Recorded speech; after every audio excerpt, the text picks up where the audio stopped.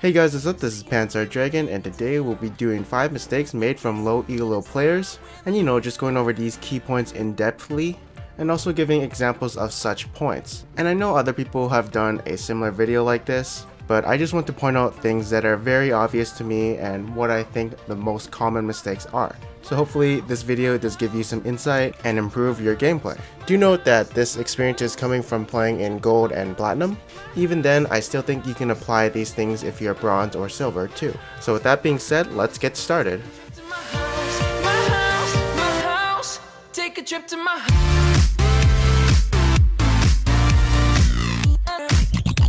Alright, so the first thing that I noticed when playing in lower ELOs is that their builds and build orders are sometimes just not optimal. 75% of the time I do see that people are building right, straightforward. An example is 80 carries, they go Infinity Edge, Phantom Dancer, and then Last Whisperer. But I've seen people go straight from Infinity Edge to Phantom Dancer to a Bloodthirster when an enemy is building armor. Or something I've noticed is some people build Blade of Rune King on Caitlyn, when you should probably be building a Bloodthirster. And people actually go Merc Treads on support when you should probably be building something like Boots of Mobility, since most likely you'll be roaming around the map and helping your team while putting some wards down. Or people just literally follow build orders and don't adapt situationally. For instance, some people will build like a Chalice versus Yasuo when you should probably be building Seeker's Armguard. It's just adapting to certain situations with your build order, like when you're behind, build defensively, when you're ahead, build offensively usually, and following the most efficient builds for your champion, where just don't build a Triforce on Talon or Hextech Gunblade on Nidalee. Next thing I notice is that people don't have a good sense of strategy. By strategy, I mean like have a good idea of how to win the game or what to do next and succeed at it. I mean, most players will go off instincts, push a lane and then rotate mid and play ARAM, but it seems like no one is instinctively taking action. There are some players who will shot call, but sometimes it's just like a bad shot call. For instance, someone will say, let's go Baron when we have 5 people on the left side, and even though all the people of the enemy are on the right side and the enemy has still 5 people up, the team will be at a disadvantage if they do team fight, since, well, they are under the pressure of being hit by Baron. But for that person who is shot calling, at least he is putting intuition into his shot calling and taking matters into his own hands. That person who is shot calling will learn what is a bad call and what is a good call just through sheer amounts of experience of having both types of calls. And also in like Challenger and Master, people know how to Baron control. This means, getting pink wards around Baron, baiting Baron, and basically depriving the enemy of vision over Baron. And it doesn't come often, but I have seen it when I'm playing on my friend's Smurf account, where the enemy has baited my team into going into Baron pit, and then they just collapse on them and get a good initiation. One thing I have seen, when people start playing ARAM going middle or bottom, is that they will push to the towers and they'll try and get the tower down, siege it, and poke whatever. But what they don't realize is that they will stay a linger too long and the enemy will start to initiate around their tower. And being around your tower, does give you a positional advantage. And so what ends up happening is the enemy does initiate even when they are behind and gets a really good team fight on the enemy team. And if you guys are wondering what you're supposed to do in a situation like that, well, it's either you try and find a pick before sieging towers, or you rotate to a pushing lane, or you don't push at the tower at all and just wait until something else happens, like Dragon comes up or Baron comes up, or even get Baron control. Unless you have a siege comp, then go for it, but it is a bit risky to do so, especially when you rely on your teammates to disengage and not get caught up. The next thing I noticed, and it's like 50-50 honestly with players, is sometimes mechanics. So first of all, what does mechanics mean? It's generally how well you do in laning phase, your team fighting positioning, map awareness, and just knowing how to play your champion and using his skills in certain ways.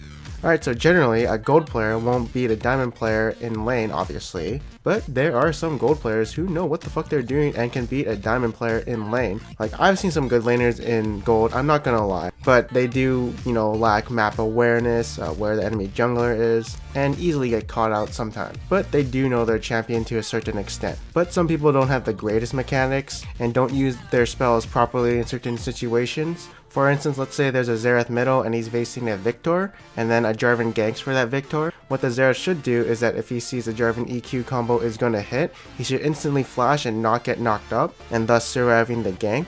But what some people do is that they will take the risk of trying to dodge it, which, sometimes does work, or just not flash at all and take the CC from Jarvan and take a beating from both of them and then flash right after the CC wears off, and then they'll probably be forced to recall, as opposed to burning a flash and then staying in lane right after, since you didn't take really no damage. Also, one thing I noticed was a bunch of people were playing Tristana and they jump in the team fight and then instantly get blown up. That's probably one of the common things I've seen. Mechanics are just knowing what to do in certain situations. The next thing I see that happens is that people tend to give up easily. Whether they give up in champion select because their team comp looks really bad, or they give up a death in lane. People tend to rage, go on tilt, or even start feeding because they think the game is lost already. But there's some things you have to realize when you're playing in lower ELO.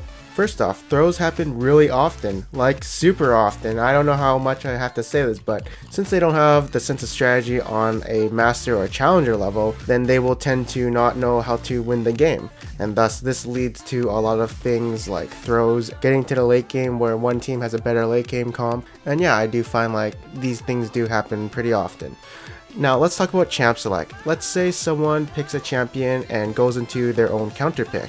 Usually the enemy who has a counter pick has the advantage, but this is gold, this is lower ELO. Even though they have the counter pick champion, they tend to not know how to play the lane right or to its fullest extent to actually counter that champion. So like when someone picks something really stupid, you have to remember that anything can literally work in lower ELO as long as the player is good and knows what he's doing. And let's give an example. Let's say your support plays Malphite. At champion select you might be wondering like, what the fuck, why is he going Malphite support? And then you probably have low expectations of this and you probably won't win. But you don't know that until you play with him in lane and see how he does. And so you really shouldn't be upset when someone picks a really weird champion. And yeah, just concentrate on yourself and don't go on tilt.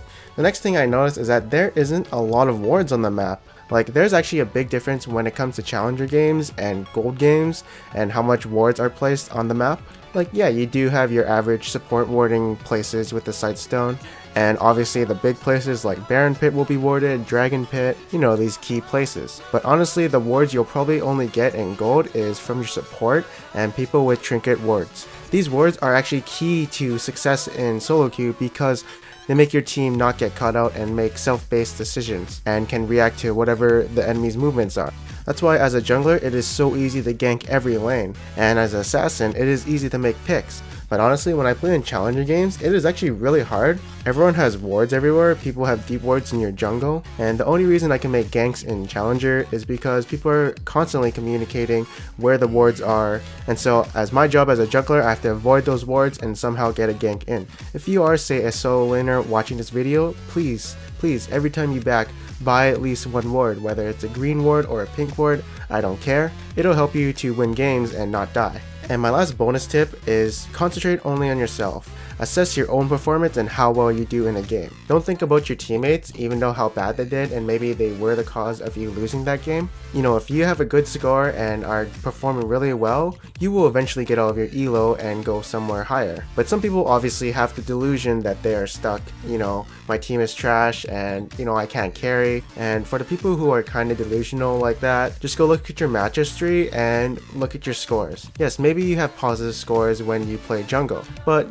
let's say that one time you did fill and your score isn't looking that hot, and so that kind of explains why you're kind of stuck in this ELO, and so it does kind of balance out, if you know what I mean. And once you realize this is how you can strive to improve yourself in not just one lane but 2 lanes. And for me, I do have a personal story that's kind of related to this.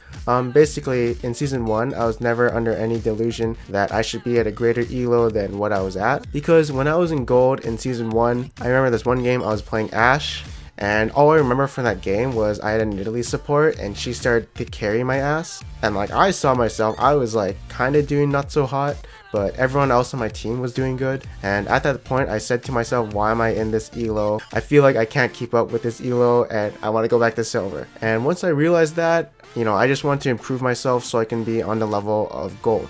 Anyways, that's the end of this video. I hope you guys enjoyed it, and yeah, I hope you guys found this video very useful, and yeah, strive to improve, and I'll see you guys next time.